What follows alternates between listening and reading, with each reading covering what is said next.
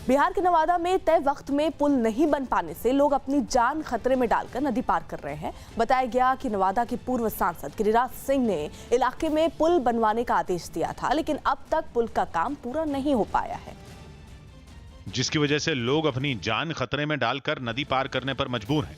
नदी पार करने के लिए आसपास के लोगों ने टायरों के ऊपर बल्लियां बांध दी और उन पर बैठकर नदी पार करते नजर आए। अपनी जान खतरे में डालकर ये लोग हर रोज इसी तरह नदी पार करते हैं। लोगों के साथ ही कई मोटरसाइकिलें भी इसी तरह वहां से गुजरती दिखी। इतना ही नहीं, एक महिला तो खुद ही तेज बहाव के बीच नदी के एक सिरे से दूसरी ओर जाती नजर आई। इलाके के लोगों ने पुल बनने में हुई देरी पर काफी नाराजगी भी जताई। पुल नहीं बनने के कारण आवागमन में बहुत दिक्कतें हो रही है। लोगों ने प्रशासन से पुल के काम में तेजी लाने की मांग की ताकि उनकी ये परेशानी जल्द से जल्द दूर हो सके। जल्दी से पुल बन जाए कि आदमी के आवे जाए के सुविधा हो जाए, बढ़िया हो जाएगा। दक्षिण पूर्वी एशियाई देश वियतनाम की राजधानी हनोई में गोल्ड प्लेटेड यानी सोने की परत चढ़ी टाइलों से एक होटल बनाया गया।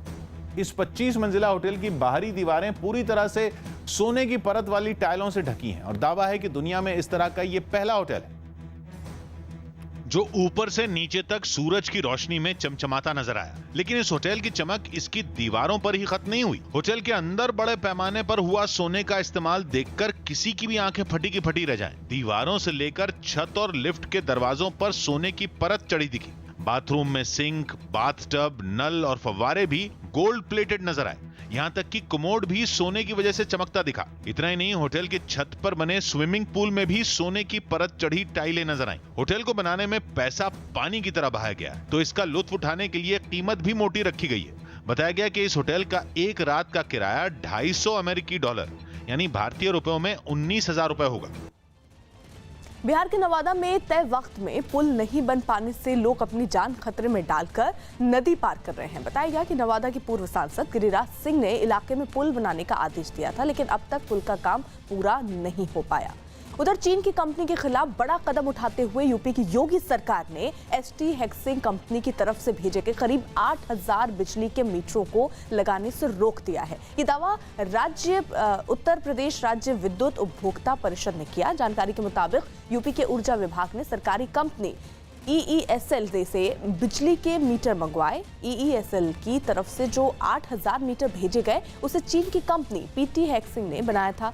दावा किया गया कि PT हेक्सिंग कंपनी ने इंडोनेशिया के नाम पर यह टेंडर लिया था। ऊर्जा मंत्री श्रीकांत शर्मा ने ऊर्जा विभाग के प्रमुख सचिव को मामले की जांच के निर्देश भी दिए हैं।